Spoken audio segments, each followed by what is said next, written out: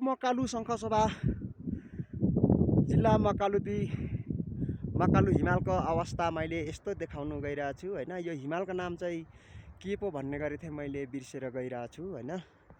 अब मैले पनि धेरै वर्ष पछाडि आउने मात्र हो यहाँ हेर्ने सिनहरू। परतिर रहेको छ सबै ठाउँ रिकेप्पा भन्ने ठाउँ, हाम्रो येर्सागुम्बा टिप्ने ठाउँहरू यस्तो रहेको छ। हिमालको फेदीमा हिमालको छेउछेउै नै रहेको छ। यो हिउँ बिल्दै जान्छ अनि हरियो घाँसहरू पलाउँदै जान्छ। त्यस्तै क्रममा चाहिँ किरा त्यहाँ पलाउँछ, किरा पलाउने क्रममा चाहिँ टिप्नु पर्ने हुन्छ। येर्सागुम्बा भन्ने चाहिँ गरेको छ है साथी हो। सिनहरू कस्तो लाग्छ तपाईँहरूलाई हेर्दै जानु होला।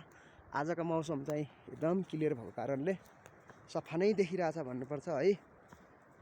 यस्तो देखिरहेछ अवस्थाहरू एकदमै आज चाहिँ सफा भएको देखिरहेको छ हैन। उधरतिर यस्तो छ, बरुण खोलाहरू देखिरहेछ, भिराहरू यस्तो अवस्था छ।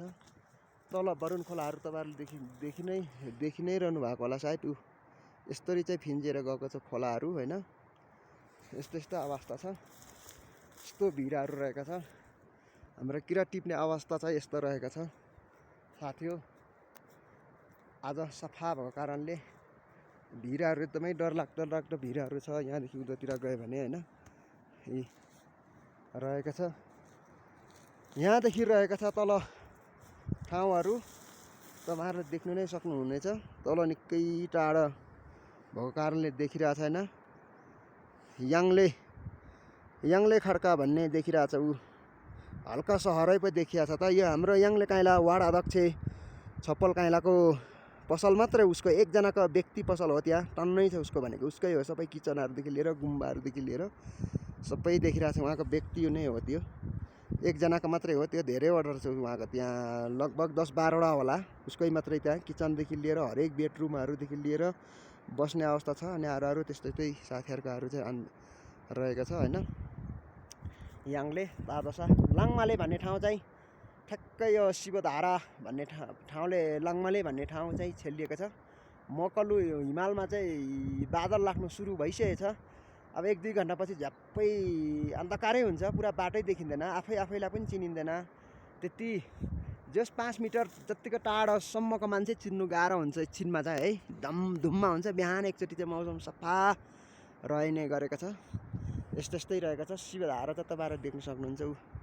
शिवधारा दर्शन गर्नु अब दर्शकहरू कति धेरै आउनुहुन्छ हैन। उहाँहरू आउँदाखेरि यतिकै सफा हुँदैन हैन। पुरा धुम्मा बादलिएर यस्तो बादल लागिरहेको हुन्छ। तर अहिले चाहिँ एकदमै मौसमहरू सफा छ, यस्तो क्लियर देखिरहेछ। तपाईँहरू यस्तै अवस्था देख्नुहुन्छ महाकाली हिमालको। यो हिमाल पनि मकालु सँगसँगैको हो, तर यो हिमालमा चढ्नको लागि अनुमति यतिसम्म पाएको छैन। यो हिमालमा चढ्नु पनि नहुने भएको कारण छ। यो हिमाल एकदमै खतरा छ। चुच्चो मकालु हिमाल भन्दा पनि राम्रो देखिएको छ हैन। सुन्दरता देखेको छ, चिटिक्कका चुच्चो देखेको छ हैन। मकालु हिमाल देखेको हिमाल, यसको नाम त मलाई त सुनेको, मलाई ट्याक्कै बिर्सिनु चाहिँ बिर्सेँ हैन। र यताको रहेको छ महाकाली हिमालको, हेर्नु न हल्का मात्रै देखिएको छ हैन, टाढाबाट भएको कारणले। अरू ठाउँ त्यस्तै हो हैन साथी हो। यस्तै छ। येर्सागुम्बा टिप्ने कार्यक्रममा हामी लागिरहेका छौँ, प्रत्यक्ष हामी देखाउनु गइरहेका छौँ। यो पनि दामी नै छ ठाउँ चाहिँ, तर नामहरू भन्नु आइरहेको छैन मलाई हैन।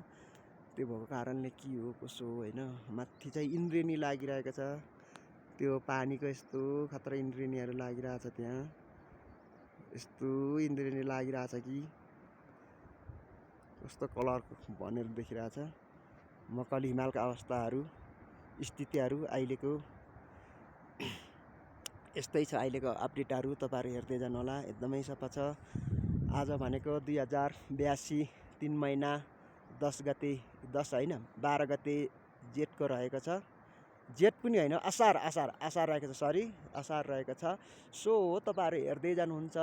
यस्तै ठाउँहरू रहेको छ हाम्रो महाकाली हिमालको अवस्थाहरू। अहिले सबै त अझै देखेको छैन। उता लाङमाले साइडतिरको देखेको छैन, बेस क्याम्प साइडहरू देखेको छैन। यो भनेको चाहिँ माथि सेरसङदेखि यतापट्टिको अपोजिट साइडको ठाउँहरू हो यो यिनीहरू।